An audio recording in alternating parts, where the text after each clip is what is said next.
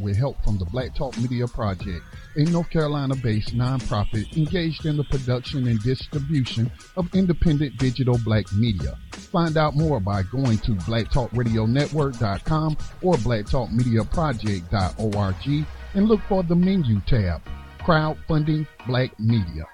Black Talk Media Project, helping to provide you with new black media for the new millennium.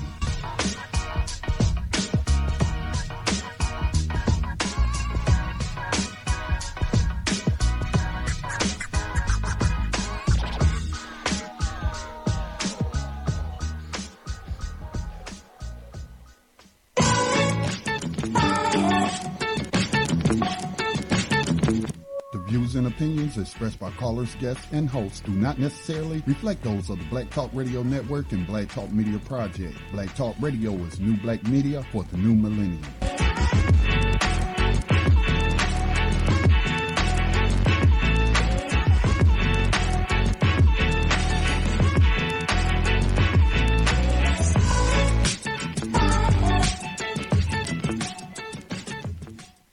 Dinar would have had serious consequences for the world financial system, but may also have empowered the people of Africa, something black activists say the US wants to avoid at all costs. We're slicing cake.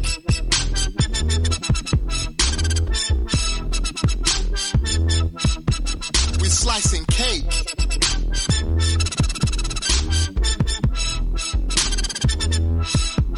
We're slicing cake. Say the US wants to avoid at all costs. We're slicing cake. Say the US wants to avoid at all costs. We're slicing. Gaddafi didn't give up.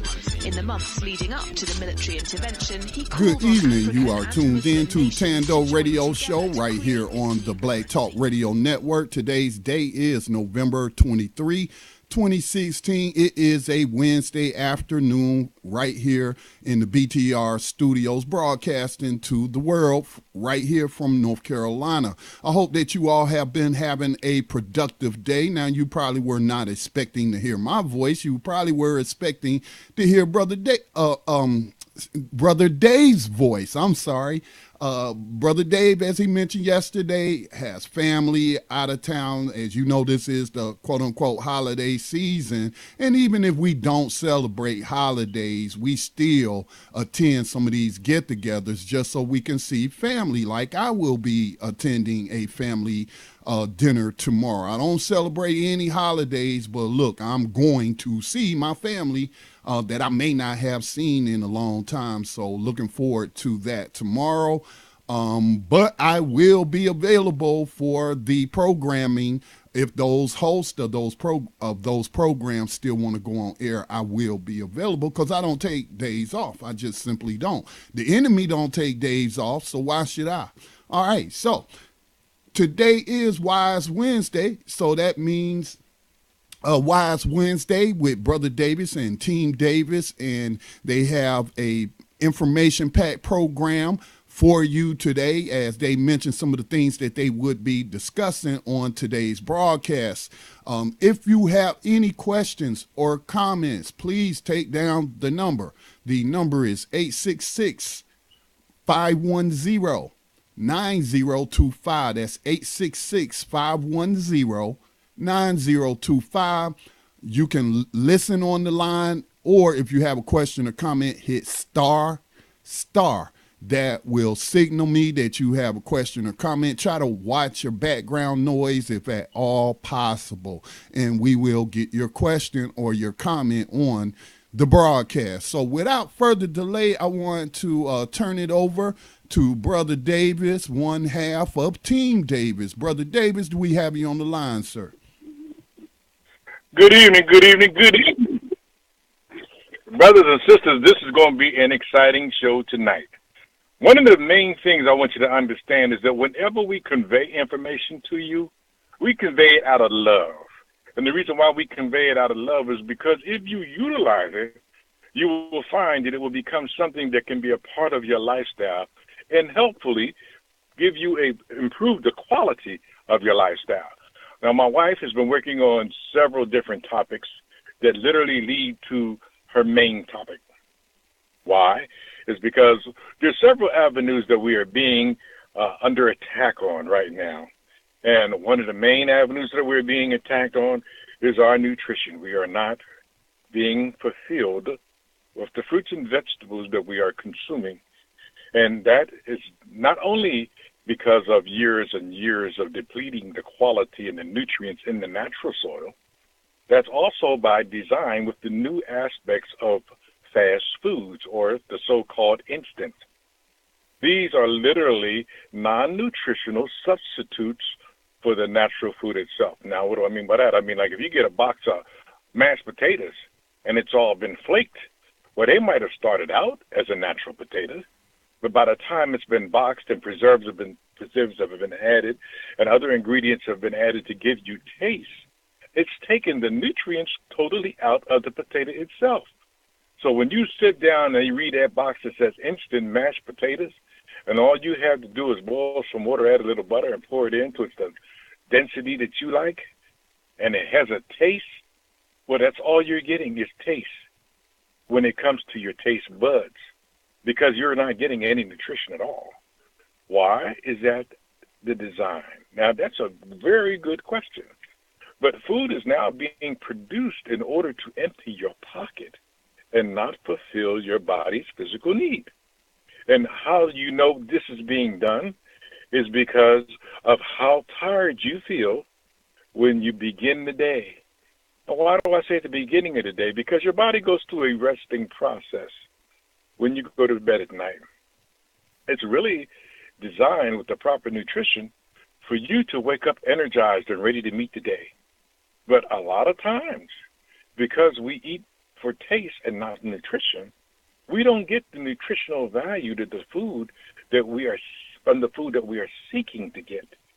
So, one of the main ingredients to this is us, our thinking, the process of demand that is on our day that allow us to negotiate what is best for us from what we can provide at the time. Now, when I say what is best for us, I mean when you eat food, you want to get a nutritional content from that food. But because of the demands of your day, the programs that you've gone through from here to there, you may not want or feel like fixing a totally nutritious meal. And you see, when we were brought up, we always had a parent at home who was preparing a meal. If one parent wasn't there, they both were there. But it gave the family a continuous time where you could sit and eat and converse with each other. That is almost an oxymoron now. In other words, it's not happening. People have so many schedules that they're running on right now and programs that are in high gear that they don't even consider the nutritional value of the food that they're eating. Which brings us to the dilemma of tonight's show. How do we prepare ourselves to meet the demands of the future? Because now there are pre-designed concepts working overtime. What is a pre-designed concept in food? It's a pre-designed concept. Butcher shops are pre-designed concepts. Fast foods, pre-designed concepts that offer a profit value. And you know, when you sit down and you watch TV, how many commercials come on that are based on a pre-designed concept? That's a program. Another attribute that if you follow, you will find that it leads to you taking your resources, giving to someone else for something based on what they tell you and not what your research has shown you. So you are giving your will away. And when you give your will away, people may not respect it the way you do. So therefore, they'll tell you anything. And since this is the land of deception, and for those of you who don't quite grasp that, tomorrow is the so-called Thanksgiving Day, and ask yourself, what do you have to be thankful for? And if you're honest with yourself, you'll find that you work a 40-hour week for resources that are not equipped to meet all of your needs, but yet the system wants you to be thankful for the purpose of being able to work. Now think about that. You're underpaid, We work long hours. They're marketing foods to you. They have no nutritional value, but yet they want you to be thankful. We have to wake up, brothers and sisters, because guess what? The deception goes deeper. A lot of the things that we should be doing, we are not doing because we are so used to giving the value of that decision away. And we have to take it back. When you go out here and you make a decision that you want to purchase something, you want to purchase that thing that you're pursuing for your basic need. Whatever it is that need is, it's because of how you see it. But when you allow somebody to take what that need is and alter the way you see it because what they're trying to get from you, once again, we're running into a program. They're everywhere. And we are trying to get you to understand you can take that back. And when you take that back, you can work in a greater authority for yourself because then you are performing the duties to ensure that you're getting the nutritional value that you want out of that particular subject, and you've done your due diligence so that you know what to ask for when you make your purchase. See, that's like going to purchase a car and assuming it has brakes. But yet, until you drive that car, you don't know if it has brakes. So why not ask the question up front? Though it seems silly. But this is the time of which we live. Everything is based on a deception in America. And if you are not focused on what your primary is, you become victim of that deception. The sad part about it is most people who become victim of it don't want to talk about it. There lies another problem. Because you allow someone else to make the same decisions you made, fall into the same circumstance because we haven't opened that door. Now, one of the best things about right now is that we have BTR. Because now, when you come across a circumstance like that, you have a form in which you could say, you know what, this is what happened to me, and I'm putting it out here so it don't happen to you. And if you read this, or if it's in a video and you watch it, then you become educated on how to deal with that situation based on another person's experience. That's, my brothers and sisters, is an act of love. And see, you always hear me say, love is based on action. It's not an emotion. Emotion is a choice. And the sad part about it is, once again, that is one of the deceptions that we are taught to engross in our lives without giving thought to. But ask yourself this. If someone loved you every day and they bought you an apple, and that apple is a sour green apple, and you tell them, you know what, I appreciate you bringing me an apple, but they're sour green. And I like red delicious apples because they're sweet. And that person continues to bring you a sour green apple. Is that an act of love? We must open our eyes because that person could very easily demonstrate his love by bringing you a red delicious apple. And you would enjoy having exactly what you would like when it comes to an apple. So, in waking up, and this is what we're doing, we're trying to wake you up. We're going to open the door tonight to not only the nutrients and minerals that we need in our body, some of the supplements, ways of finding the supplements that you could find to be the most purposeful to meet your needs. But most of all, we're giving you the power of making your decisions so that you can be able to make the ones that are best suited for you and not be victimized by the choices made for you. So, my brothers and sisters, we are about to go to the next level. And in the next level, it's going to open our understanding as to what we're trying to achieve in America in the lifestyles in which we're living. So, let me bring my wife in and discuss a little bit. I was telling them a reference about making decisions that are based on what our needs are when it comes to our food choices. And if you turn that on, that's not on. Mine's not connected to this yet. Hold on. one of the main things. Okay, one of the main things that we want you to understand is that you have choices, and in your choices, you can make decisions that are best for you. And the best part about that is that you benefit by them. So, I was telling them, I'm conversing with my wife here.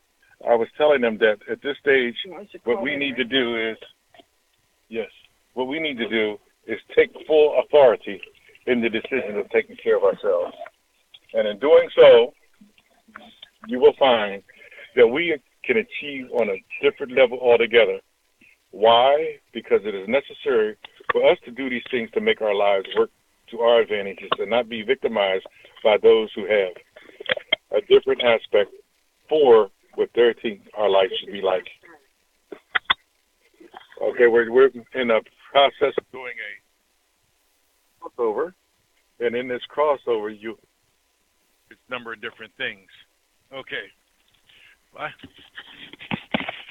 Okay, I'm on, yes. And Hello. I'm about to bring my wife in. Here she is. You have the mic up here. I apologize. We were running kind of late. We got stuck in a lot of traffic, and oh boy, because of the holiday. But peace and blessings to everybody. This is Sister Davis, and coming to you live. But oh my goodness, this is so phenomenal with this food supply and all that's going on with the medical and the food supply. It's just phenomenal. And especially this time of really gathering it all together, especially right here with the holiday. So probably do whatever you're normally going to do after this holiday. But I tell you, after that, I'd like to see everybody really put their heads to the grindstone about food and preparation and organics and GMOs. And it's just time for it because there's just so much in the food supply. We put 2 videos on BTR Community, and if you didn't get a chance to look at them, I understand it's a lot going on today. But if you could, in the next day or so, there's 2 of them. One is about 4 minutes. That's not the right keys. You had the other set of keys. There's 2 videos. One video talks about 4 minutes long. It talks about the GMOs. The website that it's coming from is called Responsible Technology, and it's through Jeffrey Smith. What he talks about on this video is 4 minutes, and they're basically talking about children and how the GMOs and the foods that are not organic has really did a number on our children as far as ADHD and stomach ailments and headaches and overweight. Sister Davis. Just all the gamut that you... Sister Davis, I can play the video if you like. It's only 4 minutes. If you want me to play it, I will. Yes. Okay. That would be perfect. Yes, that would be perfect. Go right ahead and do that. Okay. Go ahead and set the video up for us again while I pull it up. Okay. This is some parents talking. It's about 4 minutes. There's some parents talking about what they have discovered in the life conditions of their children between the ADHD, the keys up there, between the ADHD, the stomach upset, the kids that just won't sit down, the brain fog that they have. These parents are realizing that there's a common denominator. And in this video, they're going to explain to you what they have found, and they also talk about how they changed their diets and they had all brand new kids. So that's the setup, and then we'll play this video, and then we'll discuss it afterward.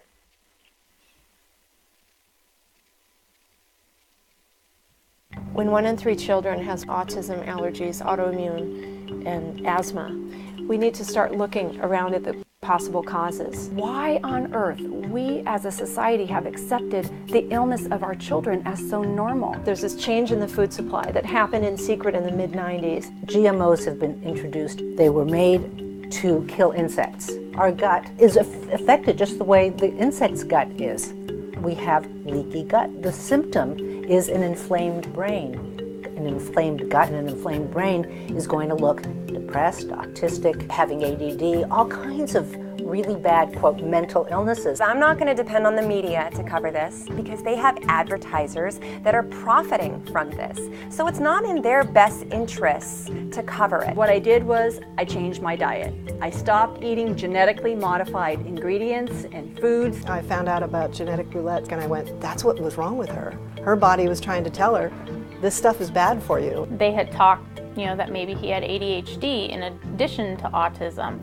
And now, since we've taken all the genetically modified foods away from him, his teachers would never guess that. So I started doing some research and checking into it that a lot of people, when they're exposed to GMO foods, that they have these allergens. I took them out of my diet. I'm not on any medicine and I'm fine. I did my own research on the food and decided to go totally organic, eat only non-GMO foods. So now my pain is pretty much at bay and I don't have to have an operation. I have pages of parents who say their kids got better when they went off GMOs. I have to say that I've had many patients that once they've cleaned up their diet and eaten strictly organically, which includes non-GMO food, have just made incredible strides in their health. Doctors are learning about the importance of eating non-GMO and are recommending this to their patients. You learn about it and you say, wow, isn't that horrible? But then you slowly go back to your regular life. For me, unfortunately, what it really took for me to awaken were the health issues with my boy. It's not something you can do overnight. It's hard. I encourage moms to do is do it little by little. I recommend for them to just, here's the basic crops, and I tell them to avoid those things. Then I tell them about the hidden ingredients and the corn and the soy that's in everything under those other names. The complaint I hear from people is that it's expensive, but it's way more expensive, all the doctor bills and the hospital bills and being out of work for 6 months if I were to get a hip replacement. Once you've genetically modified a generation with bad food, that's continued to the next generation. And I think it's sad that we have to flip the box over and say, are there poisons in our food? I've thought that's why we had the FDA. Other countries have put a stop to GMOs. We in the U.S. are governed by other, I'd say, big business. You have to see who paid for that particular piece of research to know what the result's going to be. If lots of us are finding out that children are getting healthier by avoiding GMOs, I think we need to start doing that. It really is mostly up to us to stop buying this GMO food. And when we stop buying it, they'll stop making it because it won't be economically viable anymore. I want a GMO-free USA. The stakes are really high. We have our genetic code. We've had it for millennia. What are we doing? Destroying it now and doing it very, very quickly. It's very scary. I worry for my children and grandchildren. Are you hearing Mothers, take your family's health into your own hands. Stop buying GMOs. And reclaim our food.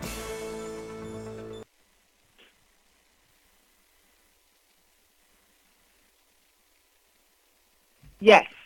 Thando family, did you hear what they said about how they discovered that once they stopped the GMO, the GMO foods, once they stopped it, the children settled down, did better, had much better clarity, and that is absolutely a positive, proven fact. Now, some of you all might say, well, I haven't really heard about this. I heard a little bit about GMOs every so often, back and forth, but there's so much going back and forth between the pharmaceuticals, the government, it's Monsanto. It's just a witch's brew of stuff that is happening as far as everybody's being paid. So when everybody's being paid, they don't care who dies because the elite aren't eating this stuff. I don't know if they're shipping it in from Mars or where their food and water supply is coming from, but they are not eating or drinking what we are eating and drinking. And they're not getting the illnesses and dying at a young age like we are. And we have to start to address this. The website, that video, Scotty, were you going to say something? Yes, one of the key things that I picked up from that video is she said that we are governed by businesses. And this is why I call the United States of America USA Inc. Because when it comes down to it, it's a corporation in business to help other corporations, not us. All these other nations have banned GMOs, but she was dead. That right there when she said that was the key right there. It's who's governing. Why all these other nations banning it, but the United States continues to allow its people to be exposed?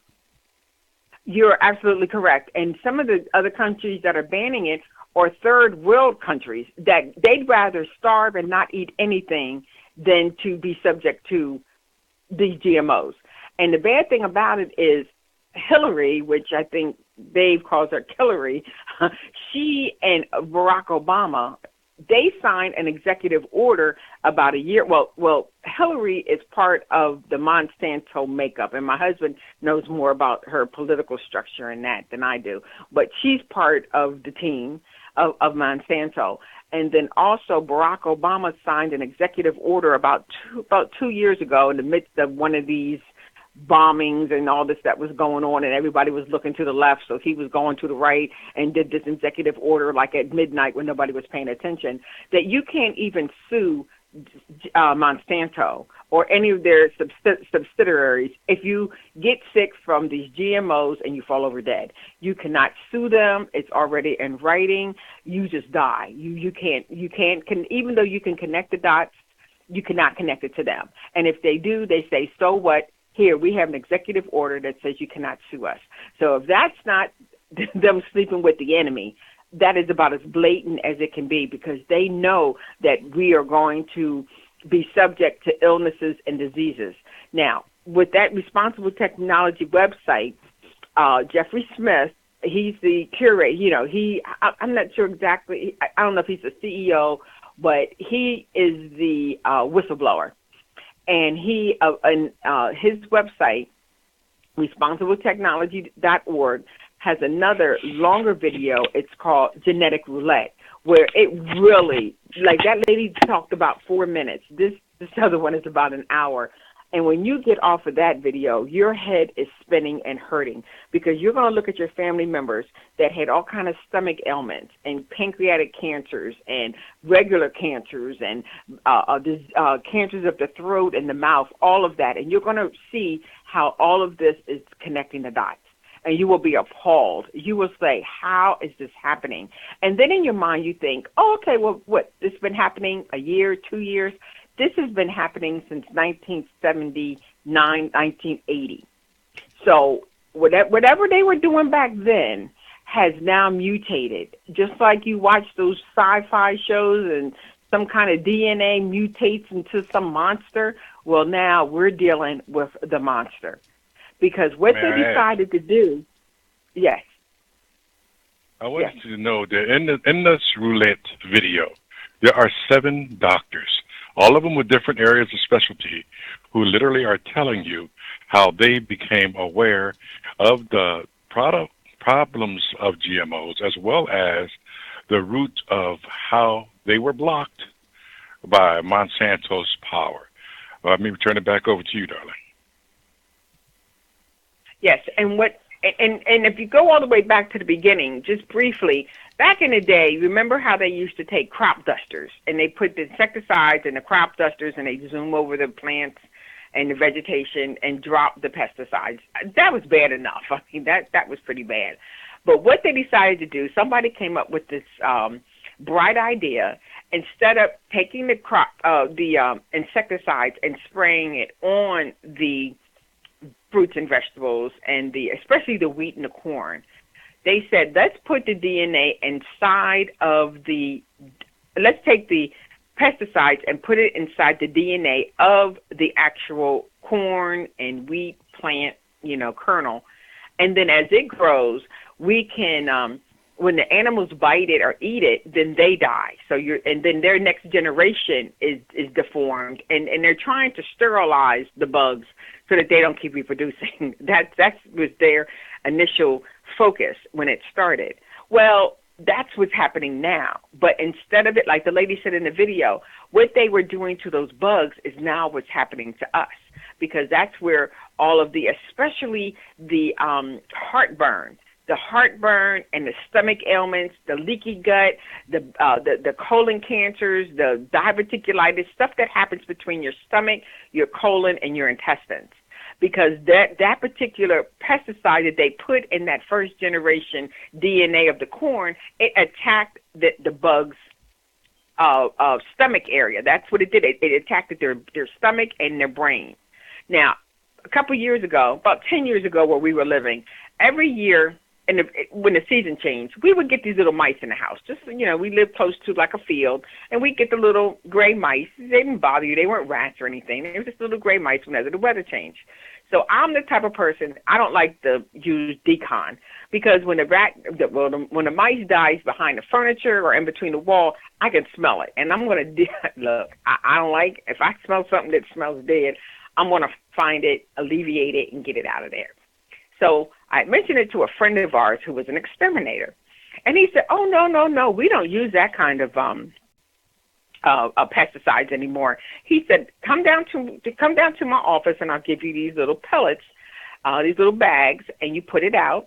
And what it does is when the mice eat this poison, what it does, it infects their it infects their kidneys.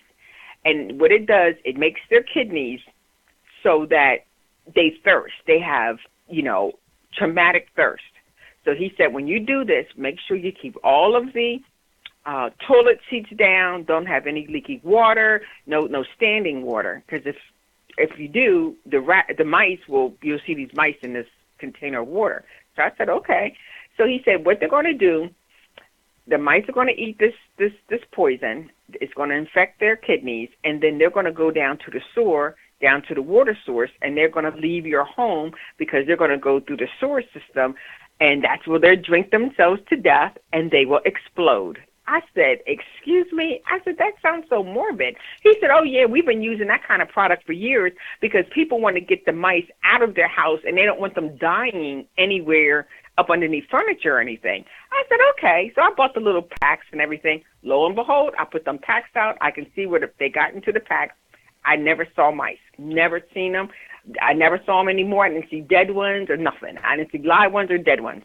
So every year that the season would change, I go to the guy, he gave me some of these little packs, and I would use that. Well, guess what? I can see now, I've connected the dots, how they can make products that will attack certain parts of the anatomy, because that water, the kidneys got infected where they were so thirsty that they would just drink and nonstop. They would never stop, and they would actually bust. The guy said they were bust in the sores. So now after that, when I heard the information, okay, we're getting ready to go to a commercial break, Scotty? Yes, ma'am. Okay, all right. I'll finish the story on the backside of that. You are listening to Thando Radio Show on the Black Talk Radio Network. If you have a question or comment you would like to share, give us a call at 866-510-9025. Again, that is 866-510-9025. You can just listen on the line. If you have a question or comment, hit **, and I will let the Davis team know that you have a question. Stay tuned. We'll be right back after this quick message.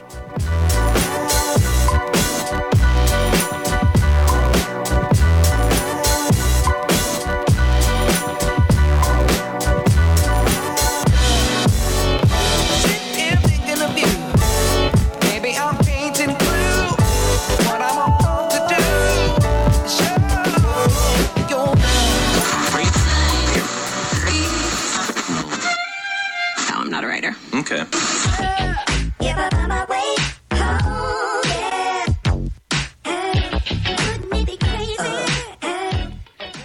Black Talk Radio since 2008, providing new black media for the masses.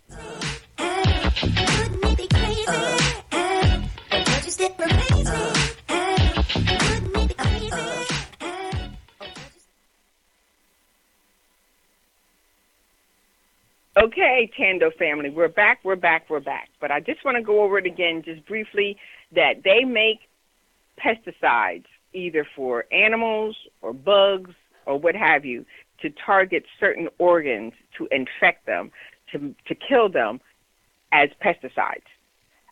I didn't quite realize, I didn't put two and two together between the mice and the insects, but now I am, because when Monsanto's, they have created something in their richest brew of product called glyphosate, And glyphosate, it's a little bit more complicated, and I don't want to go focus in that too much of all the chemical compositions of it, but it's basically Roundup. Roundup, and that's a glyphosate. Roundup is what you use to kill weeds. And you can buy it at, the grocery stores, the Home Depot, the Walmart, and it works very well on killing weeds. You spray it, you wait a couple of days, it turns brown and dies, and you don't even have to go back and pick the weed. A lot of times it'll dry so hard that the wind will blow it. And that's great when you want to clear off like your lawn, with the weeds, or maybe in between your driveway where you get the weeds that's growing in between rocks. So a lot of people use this glyphosate, which is Roundup. Well, that, when it rains, goes into the water basin.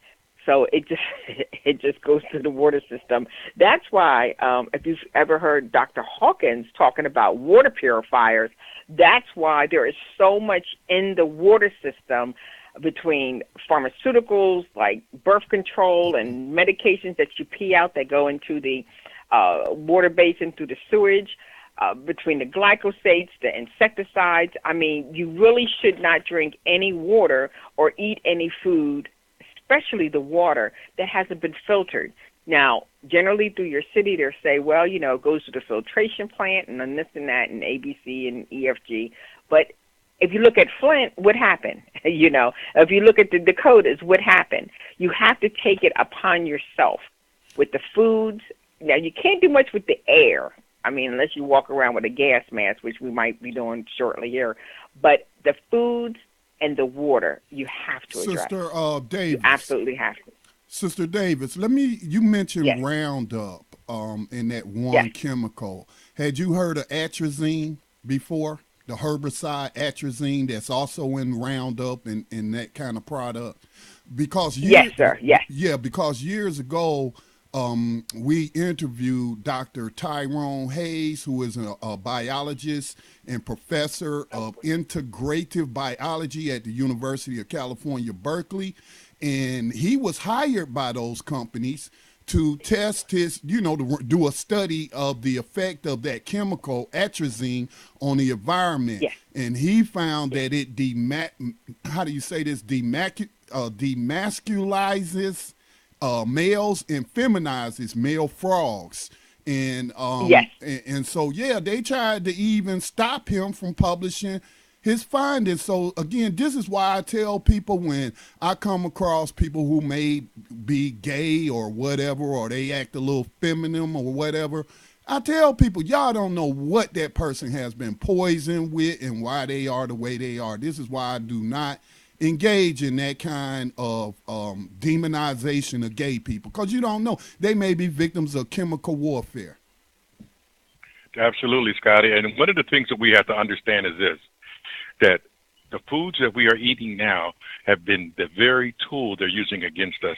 Scotty's talking about Dr. Hayes, who came up with he was paid by Monsanto's to create the story. Well, the concept was they wanted him to do the research and give a truthful statement, but they didn't like his statement, so they wanted him to change it. Well, literally, this led to a lot of different areas of him literally being masterized behind the fact that he was telling the truth. And he still, to this day, stands beside and upon his research. Please, for those of you who don't understand, look up Dr. Hayes and the feminization of males in America. And that goes and tells you the whole story. Brother Davis, they also gaslighted him too, threatening his life. Absolutely. Absolutely. But one of the things which we try to get for you to understand is we try to give you the tools of your own research. Now, why? Because if we do it for you, you get no revelation about it.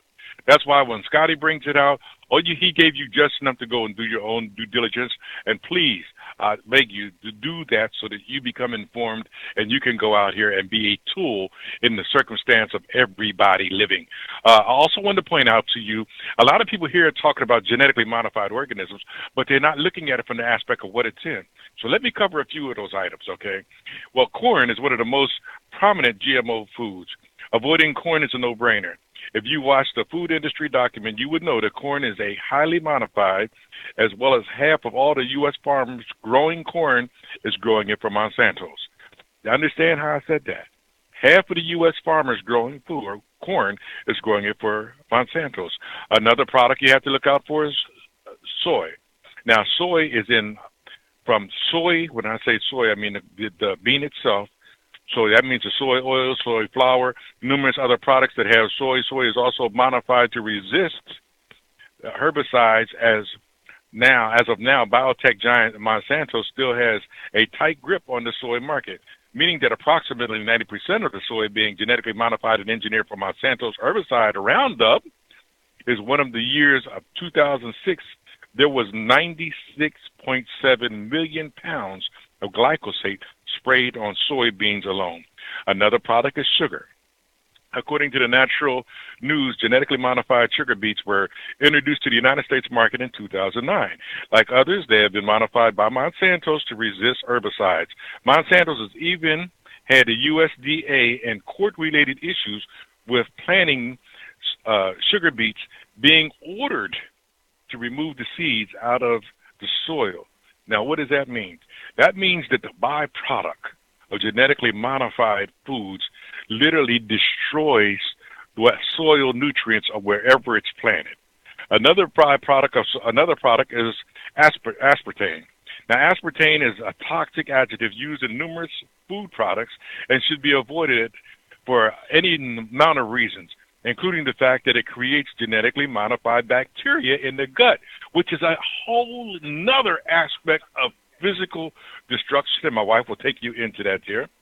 Another thing you want to look out for is, this is one of the many surprises of all the tropical fruit lovers. Genetically modified papayas have been grown in Hawaii for consumption since 1999. Did you know that? If you like papaya, understand the magnitude of that statement, since 1999. Okay? Another genetically modified substance is canola. Okay?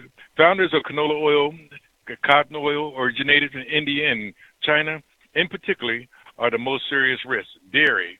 Your dairy products may contain growth hormones, since as many as 1/5 of all dairy cows in America are pumped with these hormones. In fact, Monsanto's health hazard, RBGH, look that up, Monsanto's health hazard, RBGH, has been blamed in 27 countries, but is still used in most U.S. cows. So if other countries are finding this out and literally are banning this product, it's still being used in the United States. The 9th and the 10th products that you need to look out for is zucchini and yellow squash. Closely related, these two squash varieties are modified to resist viruses. Do you understand the magnitude of just that statement? If they're modified to resist viruses, the dangers of some of these foods are well known, and biotoxic being used in GMO corn, for example, was recently detected in the blood of pregnant women and their babies. But perhaps more frightening than that is the risks that are still unknown. Even while these foods should not be used, your GMO food list should also include anything you do your own due diligence on, and let me repeat that, anything you do your own due diligence on and find out that it incorporates GMOs in its process. You can buy 100% organic and be safe, or you can go to your local grocery store and read the labels. And if you see, which are very common, you're going to see a lot of high fructose corn syrup, you're going to see a lot of soy, you're going to see a lot of canola oil, vegetable oil, aspartame. All of this is in there. And I'm going to tell you, if they have learned to change the name to give it a different connotation, but it still has the same effect. So due diligence must be part of your awareness when it comes to selecting food for consumption. Back to you, darling. I wanted to bring up this point about soy, because like Brother Scotty said about the doctor who had discovered that the soy and the Monsantos and the gay feminization. Think about around 1980, they started the Prosobi and the Isomil for women or anybody on the call that has babies and you were using that formula. Because initially Similac came out that was a whole milk based, and babies were throwing it up. Because our children were born in the early 80s. 79, 80. So we got kids almost 40. So I remember when the children were drinking the Similac, and then I had like a daycare center for a while, and the kids would throw up milk. I mean, some babies, I know my daughter was one of them. She had a bib to match every outfit. Why? Because she was always throwing something up. You know what I mean? I breastfed her up for about almost a year or so. But then you cross over, and she's eating table food, but she's still drinking milk, and she's wearing these bibs because she would throw up the milk. She would throw up milk. And then other little babies, other friends, everybody had at least one child in the family that couldn't drink the formula and would throw it up. And then the mothers would go back and change. And WIC was involved, you know, the Women's Infant and Children. They would just tell you, well, just keep trying the formula till you find one that works. We weren't putting together that there's something about the formula. We just thought we had these sensitive children. But that was the first generation of GMOs that was actually being done to the food supply. We just didn't understand it because, see, this goes back to the late 70s when they started it. So this was like that first generation.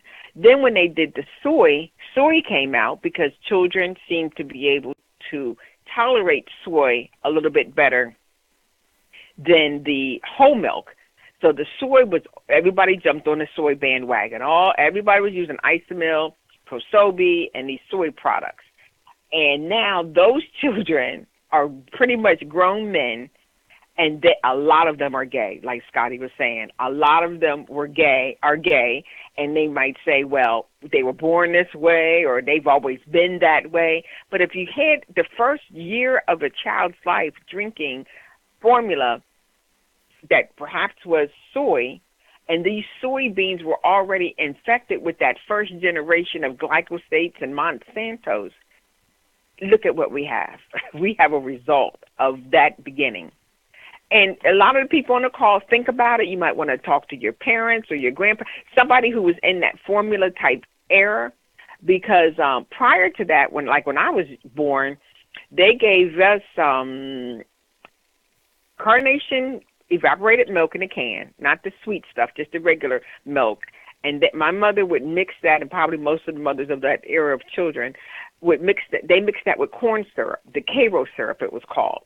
But that probably did not have, well, that was before Monsanto's time. That was pure corn syrup. There's no such thing as pure corn syrup any longer. It doesn't exist. All this corn syrup and all of that has all been infected with the GMO. If it's from 1979 to the present.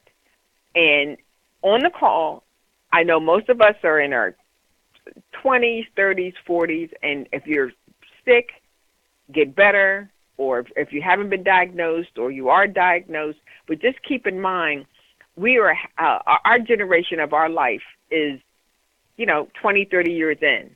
Let's think about these children who are now being born that have to survive to reproduce, or we're not going to have another 2 or 3 or 4 or 5 generations.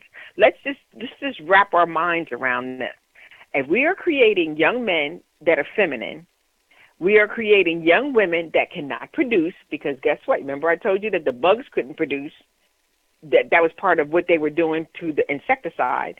And you see right now there are a lot of women that cannot become pregnant, or you do see women that do become pregnant, but then they have these children that are so active, and a lot of them, you can see a lot of them have ADHD.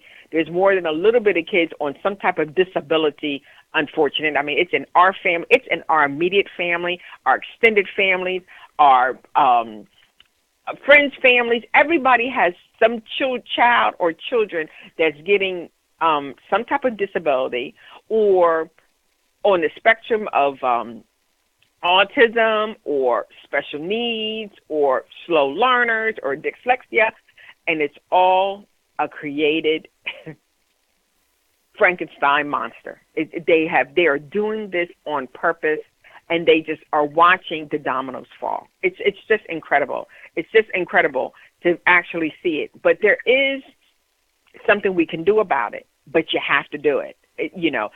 Right now we have a variety of foods that is endless. All kinds of meats, vegetables, fruits, just endless. My husband and I our little list of what we are eating is getting smaller and smaller. And another person who was on this bandwagon was Dr. Sebi. Dr. Sebi, God rest his soul because he's gone now. He also saw that there was all this paraphernalia and craziness going on. And if you pull up Dr. Sebi, he has a list of foods that he suggests. And before he died, every month he was pulling a new food source off that list. Because when he pulled off kale, he pulled off like Brussels sprouts. He was pulling off a lot of stuff. And because I'm on this little community on Facebook with Dr. Sebi and a lot of his followers, and we all talk about foods and stuff, and people were upset, but they were like, we've always ate this, and now Dr. Sebi said we can't eat it. Now, if you want to go ahead and eat it, you can, but if you respecting what he's thinking and what he's doing, he's saying don't eat it. What does he know? That's what he knows. He knew so much.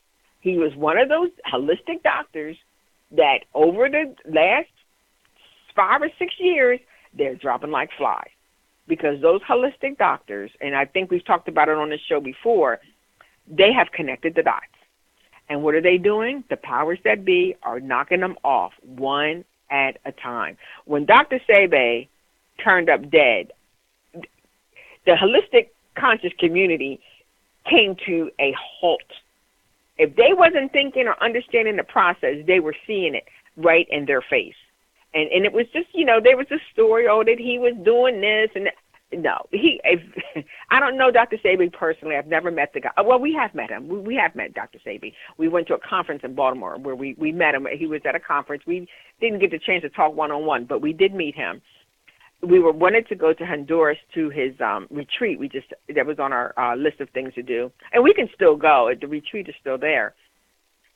But I just want to relay that, Dr. Sebi is gone now. And he was the forerunner in the black community, especially for holistics. Okay, this is Brother Davis. I want you to pick up your phones, ladies and gentlemen. Call 866-510-9025 because we are giving you information that if you're not doing your own due diligence, you will not have information to go in a direction that will lead you to be a more knowledgeable person. The sad part about that is that, once again, it comes back to us making decisions that are best suited for ourselves. We can no longer sit back and think that this is good for us because we're told that. We must do our own due diligence. The only way that you know that you are getting exactly what exactly what you're eating is when you are growing it yourself. And if you're not going to take that time, then at least be informed so that you can buy the products that are more suitable to fit your needs and not have to worry about the dramatic and the dangerous effects of genetically modified organisms. I cannot get you to understand the plethora of diseases that have affected the body due to the introduction of this aspect of science into our natural food chain. And we must arm ourselves with the information so that we can avoid the dangers and the health destruction that takes place from consuming over a period of time. Yes, the first generation was Agent Orange. And we're at a stage right now. I'm a Vietnam veteran. Of Agent Orange, when I was over there, was plethora. It was everywhere. The sad part about that is that when there were times where I was in the middle of the spraying because the vegetation was so thick. And see, even then, they knew the information that we didn't know. Brother Davis, brother. I remember I told you my dad also was in Vietnam, and he gets sores and stuff in the top of his head from time to time. He'll go and come back and, heal up and then come back, and it's from that Agent Orange. And the sad part about that, Scotty, is that that was so new that even when you went to the VA would give you a product for the remedy, but nothing for the cure because they never suspected. But you know what? The scientific community of GMO, of Monsanto's knew, because over a period of time, and we're talking back in the early 70s and the late 60s, this stuff is mutated. This knowledge may have gotten more subversive but the dangers are just as plethora. And the sad part about it is that there are the greatest portion of Americans who are consuming this don't even know. I was at a grocery store today, and this woman came in, and she must have this way of organizing her food stamps so that literally she'll have it to last a month, which is, everybody has different systems, and it's going into the holiday season. She had so much processed food in there that when she went to pay for it, I asked her, I said, "Oh, you must have a very big menu plan." She said, "Yeah." She said, "I plan on it." She went on to tell me about it and that sort of thing. And I said, "Do you read labels on food?" She said, "Oh, no." She said, I just know how they taste." Once again, we are being victimized because of our ignorance to be due diligent in our thought process. And that lack of being focused is going to roost in our children if we are not informing them as we go along. So once again, I want to implore you, give us a call here at Black Talk Radio. The number is 1-866-510-9025.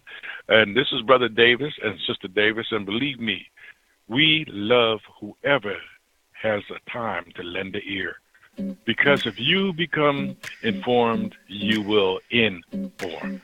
Welcome back. This is Brother Davis and Sister Davis, Davis team on a Wise Wednesday, coming back to you. So please pick up your phones after the commercial break. This is Brother Davis.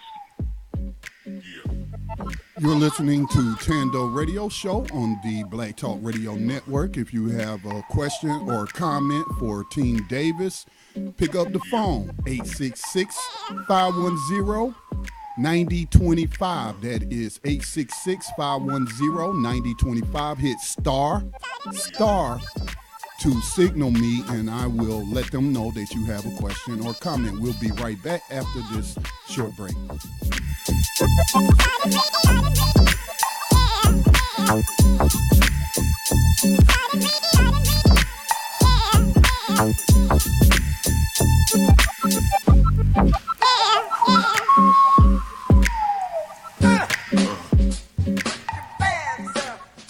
Make Black Talk Radio your choice for digital black radio. New black media for the new millennium.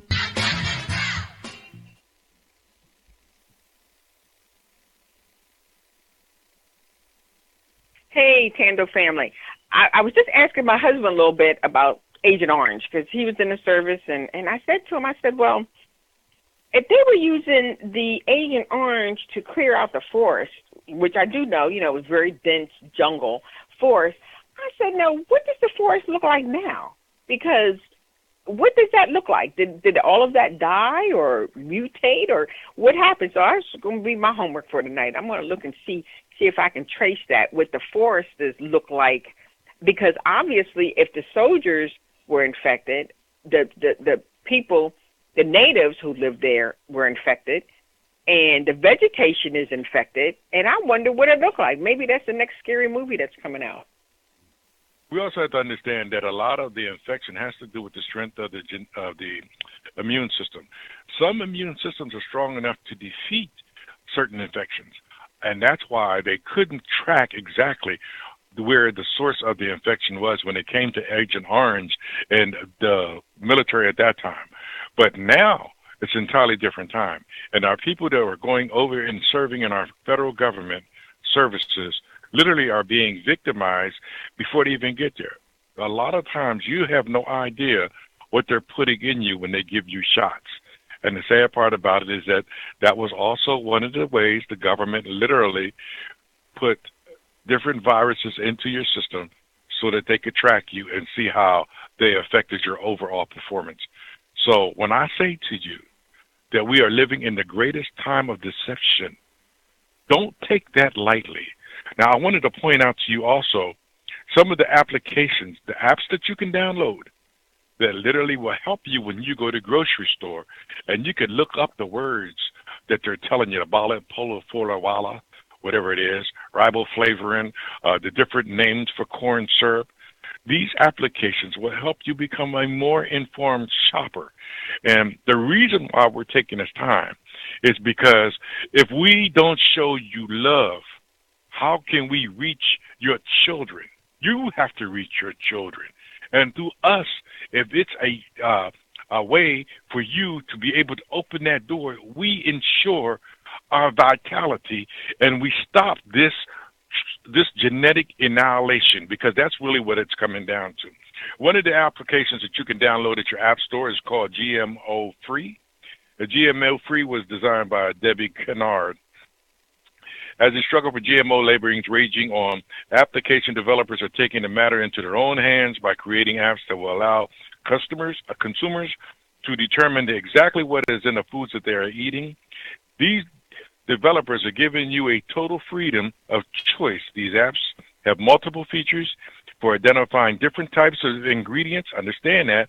Identifying different types of ingredients, which means installing a combination of apps will keep you better informed. These 10 apps will identify GMO products, among other ingredients, so that you can control exactly what you choose to have in your diet.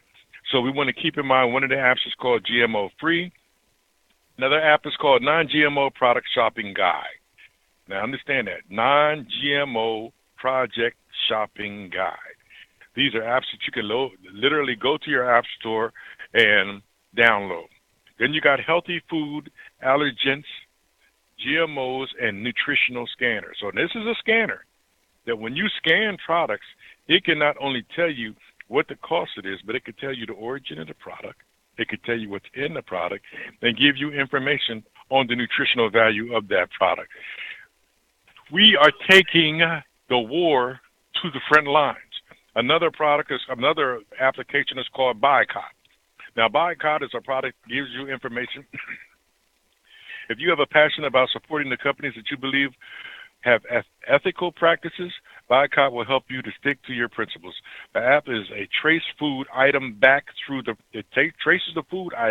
the production chain, keeping you informed of every company involved, bringing the item to the supermarket shelves. The free app also provides contact details of each company, so you can voice your concerns or the support that they're giving for that product. Another application is called True Food.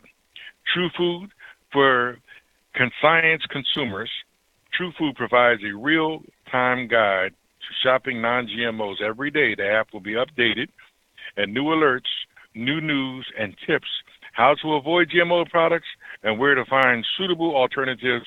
With over 70% of the food products in the U.S. containing GMOs, this free app is definitely worth installing on your iPhone. How about you, my darling?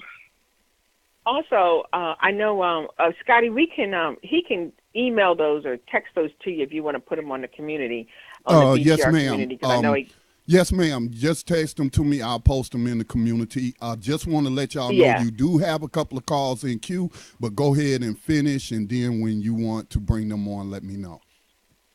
Okay. All right. We'll go ahead and take the calls because some of the questions could be just some of the information that we can follow up on. Okay. First, let's go to Illinois, area code 312. Go ahead with your question or comment for Team Davis. Hello, how y'all doing? Eric, Team Davis, Scotty, thanks again. I'm calling. Okay, I just want to give it just a nice shout out. I'm not too eloquent and I can't talk too good, right? But everything y'all saying is definitely on point. I study a lot of things y'all talking about. I have a food additive book and, good program. Just call in, let y'all know I'm listening.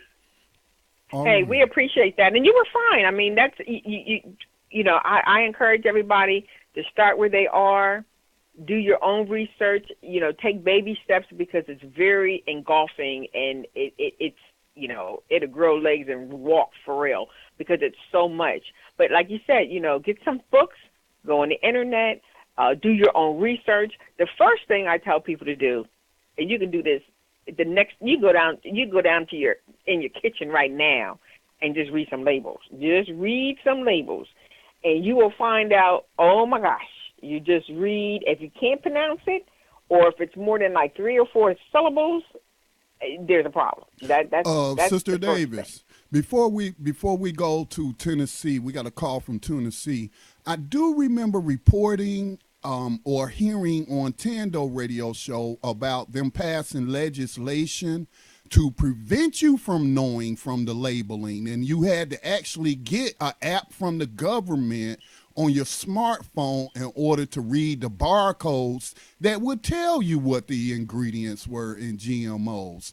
And well, but I remember that as y'all were talking about the legislation he passed, or signed the, I think you said executive orders, I'm not sure, but that they had passed to prevent you from suing them, giving them immunity, but they also passed that to prevent you from easily finding out what you're purchasing. So they're making people take the extra step of getting an app. So I'm glad that other people have created apps to let us know, because I don't trust anything from the government. You don't want to tell us in the first place. So how I know this app is going to have correct information? No, thank you. I'll go to this third party group and get their app. So thank you for that. Did you want to go ahead and take this call? Absolutely, Scotty. Take this call. Yes, we'll take the next call, but I want to add on to that there. Hey, Scotty, they changed the names of the chemicals in order to keep you constantly focusing on what it is that they're trying to do. So very good point. We'll take the call. And thank you, brother, for your call. Tennessee, area code 423. Please go ahead with your question or comment for Team Davis. How y'all doing tonight? This is Jerry calling from Chattanooga. Hey. All right, brother. I'm enjoying the show. I had an uncle a couple of years ago that died from Agent Orange. What was incredible about it, though, is that he had been knowing since he came home. So he had been working around radiation, well testing, and things of that nature. And of course, one of the side effects is that he was hooked on dope real bad. Now, I'm not saying that's the side effect of him going to Vietnam, but that was a side effect of him returning. Everything that was going on in his head, he ended up smoking dope. We never actually found out about the Agent Orange until the day that he died. He waited for my grandmother to come. He waited for my grandmama to show up before he actually transitioned. And at that particular time, he would never talk about anything that happened in the war. But on that day, for those last hours, he told me particularly, because I'm the one that used to ask him these questions, he told me about everything that he had been through. And he was talking specifically a lot about them dumping that, well, he just said it was dust, but I guess it was that Agent Orange powder, just dumping it over the fields when they was looking for the Viet Cong. Absolutely, brother. And go ahead. Oh, I was going to say that ain't what I was calling for, but that when you was talking about that, it just brought me a memory back. Get to the point. Get to the question that you have. The question that I have is, when you're going through all of these different labels and you're figuring out what GMOs are in what food, we tend to find out that it's in mostly everything that we eat. So how long would you say would be the transition while you getting rid of this stuff and trying to bring in more healthier foods? Well, brother, thank you for the call. And yes, it was interesting what you said about the Agent Orange. And I think maybe in the future we need to do more of a show. We can do some more research on that and maybe get some veterans that might have really been affected and have them on the show, because that's that first generation of Monsantos. A lot of people aren't connecting that dot. And we need to connect that. We need to know more about Agent Orange. So that's a future show. But as far as you say about the transition, yes, there's definitely a transition when you do there's definitely a transition when you come out of the knowledge and you start looking at your labels and you start thinking twice about everything you're doing. And it takes a while, because it's everywhere. Because if you look at the list, and they have many lists on the internet of all the foods that have GMO, the list got it's got Doritos and Cheetos and cakes and pies and cookies and cereals and waffles and pancakes. It just has everything. And you say to yourself, oh my God, so what can we eat? Where is the other list? And the other list basically has fruits and vegetables that are organic. That's it. And you look at this list that got like 20 things on it, and you look at this other list that has like 200 names on it, and you just, you say, well, where should I start? What shall I do? And for me and my husband, like, for example, now everybody knows on this call that tomorrow is Thanksgiving. Guess what we doing tomorrow? I think we're going to go to the movies in the early part of the day, and we're going to eat our little non-GMO food. We ain't going to nobody's house, not during that dinner hour, because we're not from another planet. Because if I smell turkey cooking with the stuffing and the macaroni, I've been eating that almost all my life. So what do? I don't want to deal with it this go round. And I'm going to try to just skip over Thanksgiving and keep to our diet, because if I don't, I'll fall victim. Now, if I fell victim and ate some, I'm not going to fall over or throw up or anything like that. But I'm just unraveling what I've been weaving forward. And we got to also understand this.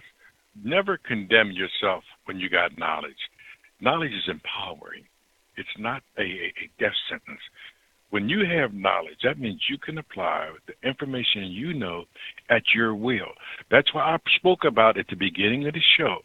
We must take back our will from those who have taken control by different avenues.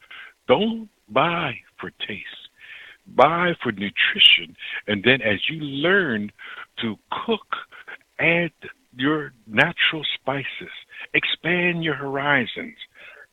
Go and add herbs. Go to one of the things we do is we go to the international stores and we examine the different sauces and the different spices, and we tweak our food to our fancy. And you'll be surprised. There's a plethora of things that we can do. And I'm going to tell you something. Women that are creative in the kitchen, and I have one, can literally enhance anything in every circumstance when it comes to the food you got and what they're trying to do. Jerry, now, did you have because we are? Oh, go ahead, Scotty. I'm sorry. Well, I want to know if Jerry had another question or comment. No, sir. That answered all of them for the time being. I'm just gonna put myself on mute and continue to join. Yeah, and Jerry, I'm gonna talk about some other stuff that's going to incorporate that, because I only gave you one shoe to drop. There's another shoe over here. So, all right. Yes, ma'am. Yeah. So when I drop the other shoe, then you got to really rethink some other things, because there's another shoe yet. Is there another? Before we go there, though, Scotty, is there another question? Is there another call on the line? No, ma'am. No, ma'am. But again, let me just put it out there again. The number is 866-510-9025 to unmute yourself so I can know you have a question or comment. Hit star. Thank you. Now, one of the things I do want to bring up is that, a lot of our young mothers who have dealt with processed foods pretty much all their life. I'm an older mother and a grandmother. I'm not that old, but I know how to cook without a box. I can cook without a cake box. I can cook without a hamburger helper box. I can cook without macaroni box. But some of our young adults don't know that lifestyle. They've been born in from 70-something, late 70s on up, and everything was in a box. My daughter, she was one that always cooked for her, for her kids, and they like hamburger helper. They just think that was like the next best thing from sliced bread, that you can just get the hamburger and you open up a box and you have this little meal. And I broke it down to her. I said, honey, you don't have to do that. I said, you can go ahead and fry your hamburger. You can get shredded cheese from your refrigerator in a block and shred it on a piece of shredding, a little device that shreds cheese, or we buy this cheese already shredded, and you just add some spices to it, some beef bouillon, those cubes that taste like beef. You can add that with your seasonings and add some macaroni noodles, and you have hamburger helper without a box. My poor daughter's mouth fell open. She's like, really, Mom? I said, yes. That's unprocessed food right there. Speaking of hamburger helper, I have recently fell in love with turkey, ground turkey. And because I'm gonna be honest, giving them the ads because that's what they need. Okay, listen, I wanna add to. Okay, Scotty, what did you speak about? I'm sorry, we were going back and forth about information we had. No, I was just saying when she was mentioning what she had told her daughter, And I'm going to be honest with you, I do not eat as healthy as I should, even though I do get a lot of fruits and vegetables from neighbors and cousins and don't really have to deal with the GMOs, but I'm a meat eater. And I know that's not good for me, this red meat and stuff. So that's something I'm working on. But my daughter made some spaghetti, and she used turkey, ground turkey, instead of ground hamburger. And I couldn't even tell the difference. I didn't even know until after I finished eating it, and she told me. So I'm off of hamburgers. I'm only going to start eating ground turkey now instead of hamburgers. And brother, I applaud you for making that transition, that transaction.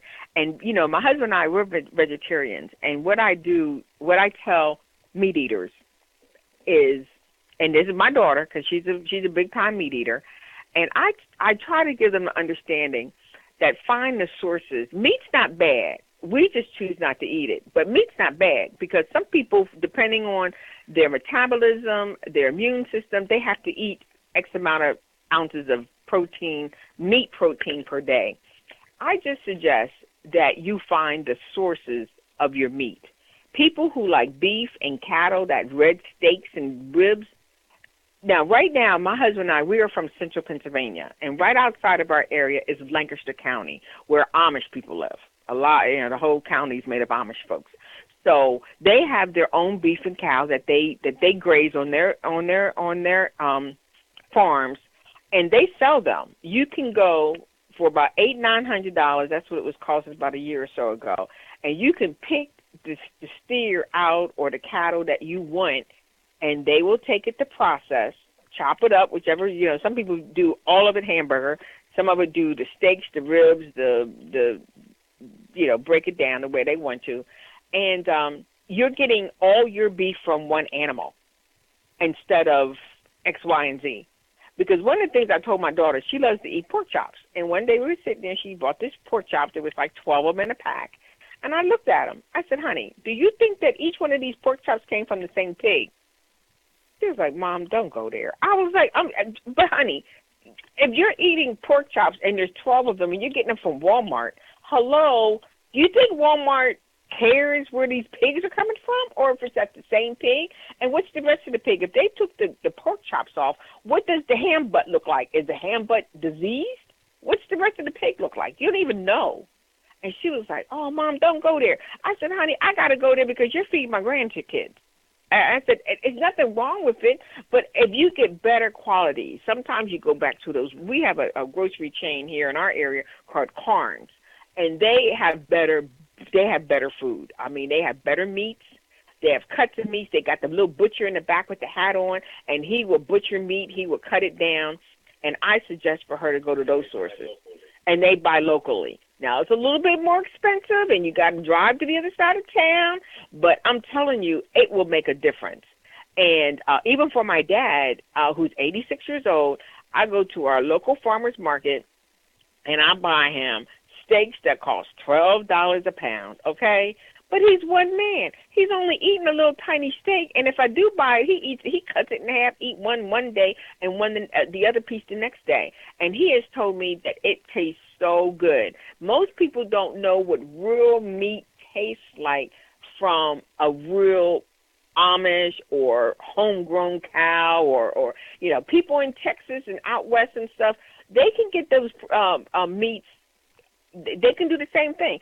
Anybody on this call can Google local meat processing, and you can get one cow. You can get family members. Everybody can buy a quarter of it, and generally, if you take a whole cow or cattle, you will have enough meat, red meat, in your freezer for 2 years. Now, I want you to get to understanding that we are not against meat. But we also know that an overabundance of anything causes you problems. Same way with meat. Okay. Now, as you get into those who get into identifying the technicalities, will find that there are different meats that are good for you and some that are not. Our purpose here is to inform you and give you the tools you need so that you can go and be a more effective shopper when it comes to your family. I want to give you another application. There's an application called True Food. From a science consumer, True Food provides a real-time guide for shopping for non-GMOs. Every day, the app is updated with new alerts, and you'll hear that a lot. Every day, the app is updated with new alerts because they know that there's a constant process of trying to give you the illusion, which was talking about the deception in the very beginning of the show. This is done intentionally, okay? It finds suitable alternatives with over 70% of the foods produced in the United States containing GMOs. This app is definitely worth installing in your iPhone, my darling. So once again, I do want to emphasize, if you are a meat eater, try to do local meats. Google in your area where they sell or process whole cattle, or you can get whole chickens, you can get whole turkeys. There's a plethora. You just haven't been exposed to it. And for somebody that likes ground turkey, you can pick the turkey and they can grind it for you. And then with if they've injected it with hormones or what type of feed they're doing. Now this stuff is going to be a little bit more expensive, but in the long run, you're going to thank yourself for it because you're not getting all the additives, all the different GMOs, all the different hormones. And I'm just going to talk briefly about hormones with dealing with meat. Well, anybody on the call can Google the life cycle of a chicken on YouTube and fall off your chair when you see that back in the day. And anybody who's ever been on a farm, from the chick to come out the egg to slaughter was 9 months, babe? 6 months? 9 months. It's 45 days now. And it's 45 days because from the time that chicken, they put so much hormones in that baby chick to have that baby chick grow fast and grow, especially the white breast meat, that it's phenomenal. There's so many YouTube videos. Don't do it till Friday because you won't eat the turkey tomorrow. So do it Friday. But Google the life cycle of a chicken on YouTube. Oh, and the broken legs. A couple of years ago, that's how I kind of got into the food supply real heavy. A couple of years ago, we were living down in South Carolina, and I would buy, I had these big grown boys, so I would fry chicken, and I'm, queen of fried chicken, and I would buy the big. If I fried chicken for my household, I'd have to start with at least 10 pounds or more because I want to have enough for that dinner and a little bit for lunch the next day, and I already know it's got to be at least 10 pounds in a sitting. So I was buying those 10-pound plastic bags of chicken legs, the thighs and the drumsticks connected, and you get about 15 or 16 of them in the bag. So I'd bring them home and cut them in half, and I started noticing that between the knee bone and the ankle bone of the drumstick, it was a break. And it was a straight break. You could see the marrow and everything, and this is in the uncooked chicken meat. And I said, okay, well, what's going on? I ain't being a little rough with the chickens. So I would throw that piece away. I didn't think nothing of it. Just throw it away. I ain't eating it. I ain't cooking it. I ain't eating it. Throw it away. Well, I got another bag a couple weeks later, and it was a little bit more, like 2 or 3 pieces. So then I said, well, let me change brands, but I still wanted to get the 10-pound bag. I said, let me change brands and get another brand. And the other brand had it in there, too. So I mentioned it to my sister-in-law, and she said, Erica, I've noticed that, too, because she got a big family. And she said, I'm noticing the broken chicken legs. Brothers and sisters on this call, lo and behold, I found out why the chicken legs is broke. I'm thinking that somebody in the hen house is just roughing up the chickens. The reason that the chicken legs have been broken is because the hormones to create the white meat of the breast, they put so much hormones. They got these big-breasted chicken, and it ain't doing nothing for the chicken legs. The poor little chickens fall over in the cages because they're only in these little 2x4 cages. We're not talking the grass-fed, the ones that are out in the, pen. Free range. We're talking, the free range is a little different. We're just talking the regular old chicken that you get at anywhere, corporate chicken. They are so top-heavy that their feet get stuck in the little grates of the chicken wire and everything, and they just fall over. And guess what? They just leave them there, let them continue growing, and then they harvest them.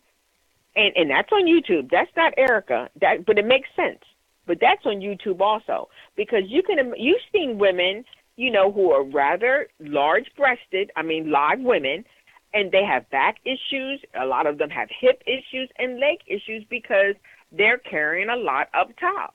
So same thing with these chickens. These chickens, and they are incorporating all these hormones because everybody wants the white meat, but they're not thinking what they're doing to create the white meat. The normal real chicken in our minds, if you think, looks about the size, a little bit bigger than a pigeon. And I know that to be true because I have a lot of African friends that are from Africa. And when they come to the United States, they run as fast as they can away from a big chicken. They won't eat them.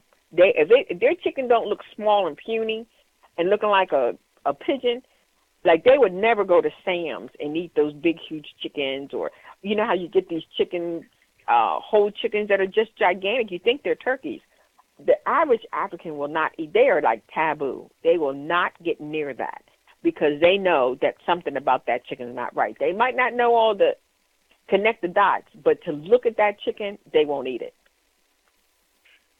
Now, ladies and gentlemen, brothers and sisters, I want you to understand the importance of you calling in.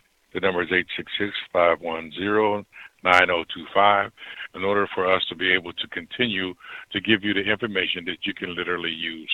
But the reason being is because there is so much out here that we want you to know. And it's so much information that we can give you, but we've done so much research that literally is piled up. So before we go to the commercial, I want you to understand that you are taking responsibility for your decisions. Another application I want you to pick up on is called Barcode, and Barcode is a label reader. It says, although the app is called Barcode, the PLU reader, and understand that's the reader it's on the chicken, the PLU reader that you have will manually enter the codes, and it says that the app does not provide the lot, meaning that the specific group of which it was the chicken or whatever was butchered in, use information that will help you purchase a healthier product. It avoids GMOs. The Barcode PLU label reader costs $199 and has 4+ user rating, which is evidently relatively good in the iTunes store. Another one is called Fruit Checker. It's a PLU label reader with fruit and vegetables. Fruit labels will confirm whether the product you are looking at is certified organic, conventionally grown, or genetically modified. In some cases, the application will tell you whether the product was grown meaning that in the United States or outside the country.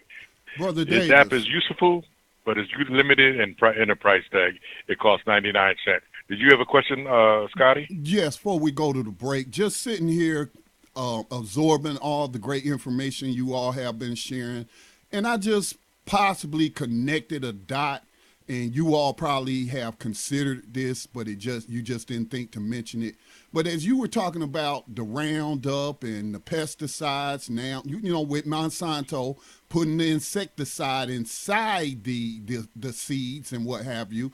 So then I'm thinking, okay, I have seen commercials where they be talking about organically grown chickens and they don't use hormones or whatnot. But then I'm sitting here thinking, well, I wonder if the chicken feed was GMO produced. So I'm saying, wow, it's not only in the vegetables, but it's the herbicides are getting in the food too because of the feed that they're giving them. I mean, this is real. Thank you again for doing this program tonight. Very important. Yes, Brother Scotty, it's enough to send you in a tizzy because you're right. Because even if you read the label at the end of the food chain that's in the can, and you read the label or you're looking at the chicken or whatever, you have to think about, well, what is that chicken eating? I don't know what he's eating. I'm not the farmer. Maybe the farmer's lying. Who knows? And it is. It's like terraforming. It's terraforming the planet. And I didn't understand what terraforming was really. I heard it, but I didn't quite understand it. But our son gave me this little synopsis real quick about it. There's a movie called The Man of Steel, which is a Superman. It's actually Superman. It's called The Man of Steel. And the aliens that he's dealing with, they start terraforming the earth.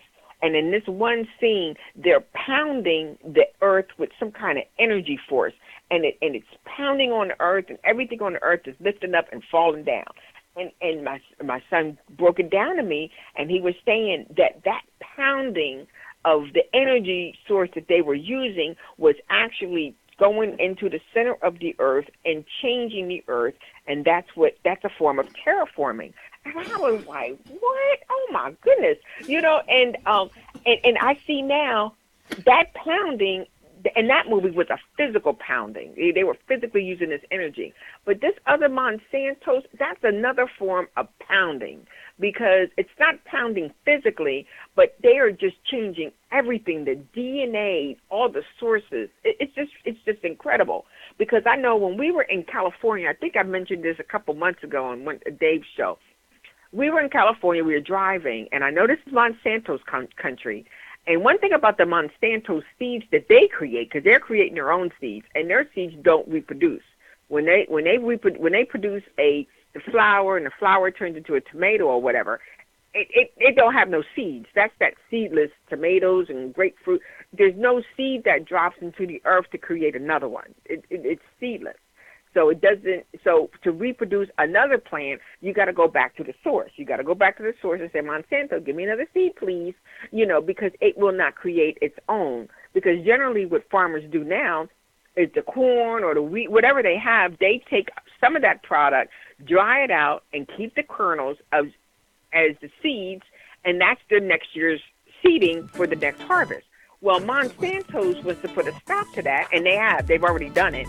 And the fruit doesn't reproduce, so you don't get a seed, so you got to go back to them. That's why we always talk about those seedless grapes, those seedless watermelons, and all of that.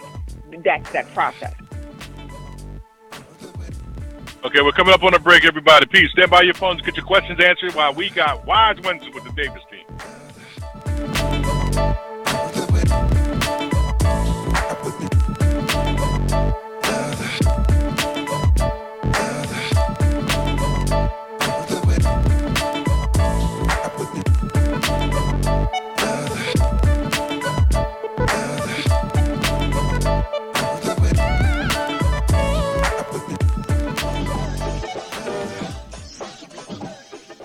The Black Talk Media Project funds the use of new media technology in efforts to restore independent Black voices to the myriad of issues affecting Afro-descendant people all over the planet. If media can control the minds of the masses, as Malcolm X once said, then you must ask yourself, who is in control of the media targeting the masses of Black people today? Help bring back independence, self-determination, and respect for Black culture in the production of global media by joining the effort to crowdfund new Black media for the new millennium. Visit blacktalkmediaproject.org for more information on how you can invest in public Black radio for the masses.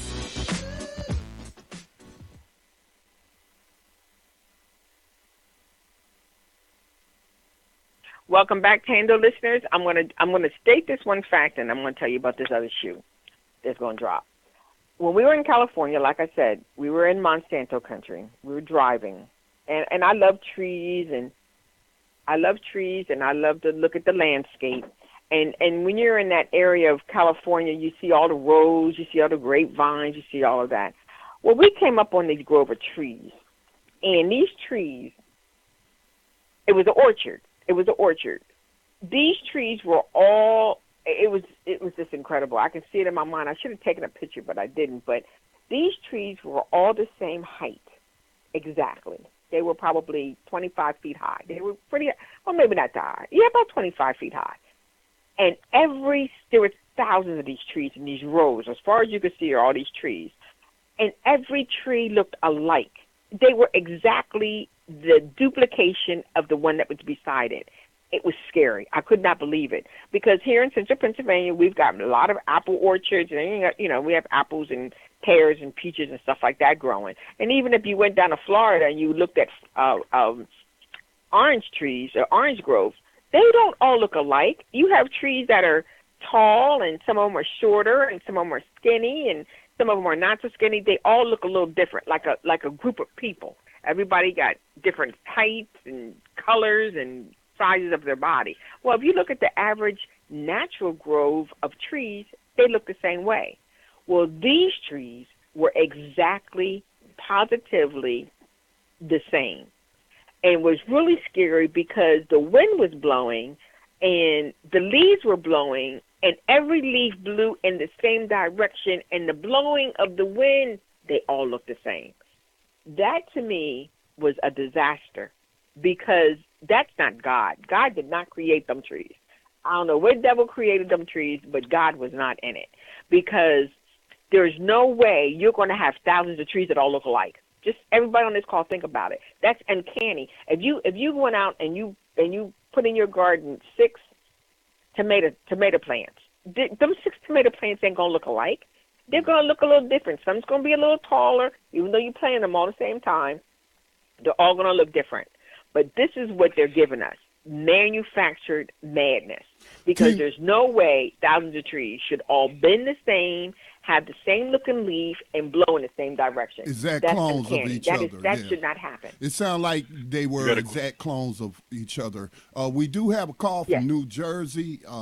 New Jersey, you have a question or comment for Team Davis and to the others.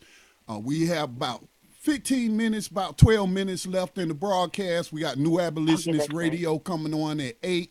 Then the Lotus Place tonight at 10 p.m. Eastern Time.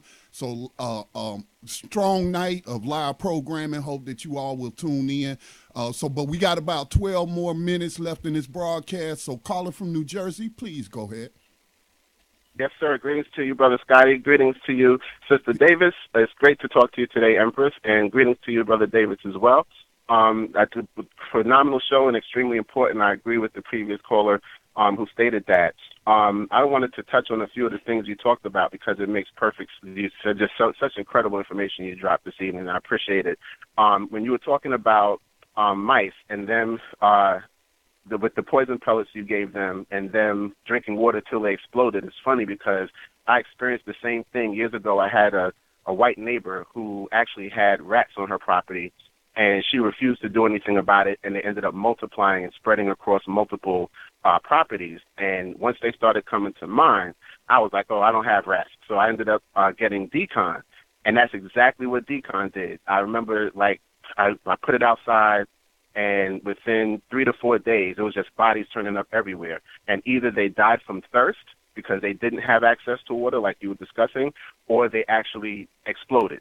So it was just incredible. It was like a nuclear bomb exploded with the sheer number of rats that I saw. So what I did, because I no longer use that either, I don't have rats at all, and thank God they never got in the house. I was able to kill them outside of the house, but I have gotten from time to time the little mice that come in, like you said, when the weather changes. So in that regard, I do use the snap traps because they're non-poisonous, and I also use essential oils to keep them away, like peppermint oil, and a couple of other ones, peppermint spearmint, wintergreen. I use a touch of cayenne pepper.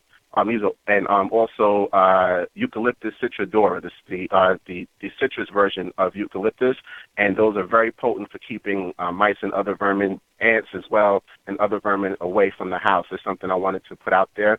And when you were discussing the breastfeeding children, and the fact that a lot of people no longer really breastfeed their children, they tend to feed them the soy milk, which absolutely you're correct, it does, because soy milk itself already has estrogen in it. So definitely it has that biological effect of emasculating and effeminizing our children. And it made me think because in ancient Egypt, our ancestors used to breastfeed their children up until the ages of between 4 and 7 years old. So even when you see the phenomena of children sucking their thumbs and things like that, they're not getting access to breast milk via their mother for the amount of time. Some children you can wean off the breast as early as 4, but in the Nile Valley they used to actually breastfeed until the age of 7. And it doesn't mean the children didn't eat regular food, but they would supplement their diet with breast milk. So it's something I just wanted to put out there for people to think about because we've been so cut off from our culture and our roots that these are things that are having effects on us that we haven't thought about. And then also when you talked about canola oil, Now, I read a great article. There's a website called The Ghetto Times by Mbwebe Ajay Shangi, and he has a brilliant article on canola oil because the canola oil actually comes from the rape seed plant, and rape as in raping someone, R-A-P-E seed plant, and that's a very poisonous plant. And they actually genetically modified the plant in order to make canola oil. And because of the fact that the term rape is in the name of the plant, in order not to turn people away from using canola oil, they actually changed the name and they call it canola oil, which stands for Canadian oil. And it's something that has high toxins. It's 2 specific ingredients that they genetically try to breed out of in order to create the oil. And it's something to think about. It's not something you really want to use. If you are going to use oil, I usually use like peanut oil is the one that I use the most because it has a high temperature gradient where it does not burn and turn poisonous up at higher temperatures, whereas the other oils tend to become poisonous at a lower temperature. So I just wanted to throw that out there and just say thanks again for such a brilliant program, and I appreciate you all so much. Yes, brother, we appreciate you calling, and yes, and when you call and kind of just do a synopsis of the whole, the whole conversation, it brings everybody together, especially for callers that might have picked up late, once the show started. So we do truly appreciate all that you bring to the table. And another part that we're not going to be able to get into it because I forgot on Wednesdays that we have we stop at quarter of. But what I'd like to do is give everybody some homework. The next shoe to drop, I'm not going to be able to get involved into it the way I want to, well, the way we want to, but we can do it the next week's show. Oh, you still have 10 minutes. Show again. I'm sorry. But, can you do it in 10 minutes? I'm going to do I'm going to introduce it. It's called, the video is called Black Genes, Genes 2, Black Genes 2. And it's from a doctor called Dr. Joel Wallach. And what he talks about is that the video you wanted me to post in BTR? Because I did. I was looking at that. I haven't had a chance to watch it. Okay, yes. And the callers can look at that video, and next week we could go over that because that talks more about the medical, the way the pharmaceuticals and the doctors are all kind of sleeping together, and it's just a big farce that the medical community is just, doctors look at you when you come into their office as what bill they can pay. They don't look at you as what they can cure. Because actually, there are no pharmaceuticals other than, and I never really realized that, but there's no pharmaceuticals other than antibiotics that cure anything. Antibiotics will cure a bacteria that is invading. And because we know that antibiotics don't kill viruses, that's why they don't give you a antibiotic if you have a virus. They tell you to go home. It's going to run its course, and usually it does. They can give you some things if you're throwing up or if you got a headache. They can give you some stuff to help alleviate those symptoms because that's all they can do. But it runs its course when you have a virus. But an antibiotic generally, now there's some antibiotics that are getting resistant to bacteria. But generally speaking, that is the only medical pharmaceutical known to man that will cure anything straight off the top. Everything else that is pharmaceutical, that is prescribed, will alleviate the symptoms that are involved in it. Okay, brothers, what we want you to do is take the information, load yourself up, and apply it. And the best part about it is that we've covered a plethora of things. Now, my wife opened the doorway into what our next show is going to be about. And the reason why I'm taking this time is because I want you to relax and understand that you are in control. There are things you can do, and in order for them to happen, you have to initiate it. One of the best parts about intelligence is when you activate it. You become empowered, and you can make change. We're running up on the end of the show now. I'd like before we leave, I always used to give Dave this last 5 minutes because I know there's always things he'd like to convey to you. But, and my wife is getting you in the frame of mind for next week's show. Understand that everything we've given you tonight, you can apply, you can use, and you can inform. And in doing so, you cannot show a greater love then activating through action how you feel. This is the Davis team. Ms. Davis, would you like to add anything before we go? No, that was fine. Yeah, that like I said, we're just going to iterate next week on the video called Black Genes, and I picked that one because this particular doctor is talking to a group of black people. He's a white doctor, he's a Caucasian doctor, but he's talking about high blood pressure, the food supply, why we are not losing weight, why we are dying at the highest rate known on the planet, and what we can do about it, because there are things we can do about it. But he really talks about the medical, the whole pharmaceutical and the medical connection, that it doesn't do anything for us. We go to the doctors and we become sicker. We go to the hospitals. We end up dying a lot of times. The rates are going high. He talks also about the insurances and how that's all a fiasco. And when you look at that video, Dr. Wallace does have other videos. Once you hear that one, you're going to probably really be rather informed, and there's an array of other videos that he has. But he also talks about the nutritional supplements that will help hold a lot of these illnesses at bay, because what you have to do to alleviate the illnesses is raise the immune system. That's about all you can do. So are you telling us that all of these different corporations are in cahoots in order to keep us in a frame of mind to keep coming to them for the resources that literally keep us in a repetitious path? Yes, we are. The pharmaceuticals in bed with the government. The government is in bed with Monsanto's. The whole thing is rigged. The whole system across the board is rigged. And between responsible technology, that was that 4-minute video that you heard, you can go to that website, responsibletechnology.org, and get more information. And then with the next week's show, with the Black Genes, GENES2, by Dr. Wallach, you will see how everything is a perpetual cog within a whole motion of destruction. So once again, you're being deceived. Ladies and gentlemen, this is Davis Team on Wise Wednesday. Next week, we will be fired up with more information. So thank you for joining us tonight. Dave, wherever you are, safe travels. For those of you who are traveling over the weekend, please have safe travels, and look forward to meeting you again on the next time where Thando comes together to disseminate information. Back to you, Brother Scotty. All right. Thank you again, Team Davis, for this great information that you shared. And like you said, Sister Davis, I mean, that rabbit hole goes deep and you start thinking about that. And the only solution is not only we talk about growing our own food, but if we are meat eaters, raising our own food.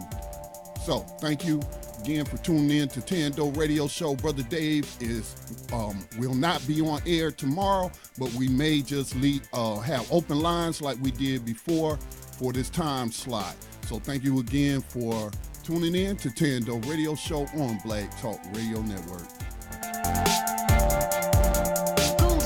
Would have had serious consequences for the world financial system, but may also have empowered the people of Africa, something black activists say the US wants to avoid at all costs.